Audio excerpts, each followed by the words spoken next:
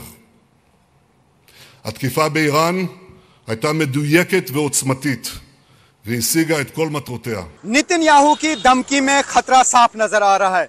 Netanyahu को अपने वायुसेना पर भरोसा है। वो जानते हैं कि इसराइल के फाइटर जेट और उनके स्पेशल मिसाइल ईरान को हर तरफ से कवर करते हैं, लेकिन सवाल है कि क्या ईरान खामोश बैठेगा?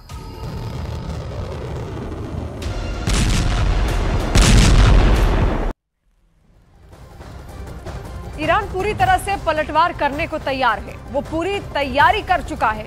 ईरान से सुप्रीम कमांडर से लेकर ईरान के राष्ट्रपति तक कह चुके हैं कि इजराइल को जवाब देना बेहद जरूरी है, लेकिन ईरान हमला कब करेगा, इस पर सस्पेंस बना हुआ है।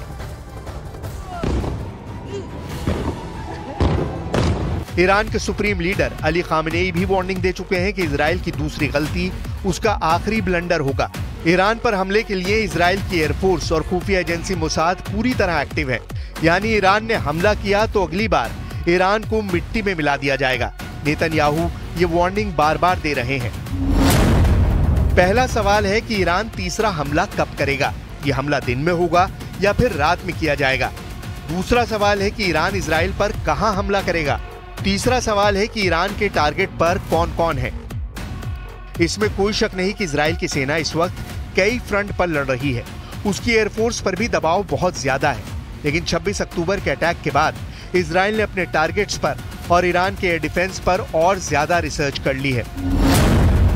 इजराइल के टारगेट पर ईरान के बहुत ही खास ठिकाने हैं। इसमें ईरान के परमाणु रिएक्टर सबसे पहले नंबर पर है, क्योंकि उसे खतरा है कि ईरान एटम बम बनाने वाला है। दूसरे नंबर पर हैं ईरान के तेल ठिकाने यानी रिफाइनरी, तेल डिपो, जो ईरान को बहुत बड़ा नुकसान पहुंचाने वाला हमला होगा। तीसरे नंबर पर हैं ईरान के सीक्रेट अड्डे यानी सैन्य अड्डे, रेवोल्यूशनरी गार्ड्स के बेस, उनके एयरबेस। इजराइल का चौथा नंबर का टारगेट है ईरान के मिसाइल बेस, जहां से ईरान अपनी मिसाइल फायर करता है। लेकिन ये टारगेट आसान नहीं, क्योंकि ईरान का मिसाइल लॉन्चिंग नेटवर्क सब कुछ अंडरग्राउंड है। पांचवें नंबर पर बहुत ही खास टारगेट यानी ईरान का नेतृत्व। इजराइल ने जिस तरह हिजबुल्लाह के चीफ हसन नसरल्लाह को मारा है, इजराइल कोशिश कर सकता है कि ऐसा ही हमला वो ईरान की लीडरशिप के खिलाफ करे। लेकिन इससे पहले इजराइल का फोकस अपने डिफेंस पर है। इजराइल को अमेरिका से थर्ड मिसाइल डिफेंस सिस्टम मिल चुका है और उसकी डिमांड है कि अमेरिका उसे थर्ड की एक और बैटरी जल्दी से जल्दी सप्लाई कर दे। यही वजह है कि इजराइल के कई शहरों में इस वक्त हमले वाली घड़ी की टिक-टिक गूंज रही है। तेल अवीव से लेकर हाइफा और नेवतिम से लेकर एश्केलोन और अशदोद तक एक एक शहर और मिलिट्री अड्डे अलर्ट पर हैं। इजराइल के कम से कम 25 शहरों में डिफेंस का जर्रा हरकत में आ चुका है, क्योंकि ईरान वो टाइम बम लेकर तैयार है जिसके टारगेट पर पूरा इजराइल है। क्या ईरान इस बार भी बैलिस्टिक मिसाइल से अटैक करेगा, या फिर वो ड्रोन या फिर कोई और नया हथियार या जरिया तलाशेगा, जिसके बारे में नेतन्याहू ने सोचा भी नहीं होगा। ईरान वार्निंग दे चुका है और अब खामेनेई के जनरल इस पर आखिरी फैसला करने के लिए तैयार हैं। इसलिए इस वक्त इजराइल के लिए ये डिकोड करना सबसे बड़ा चैलेंज बन चुका है कि ईरान तीसरे अटैक में क्या रणनीति अपनाएगा।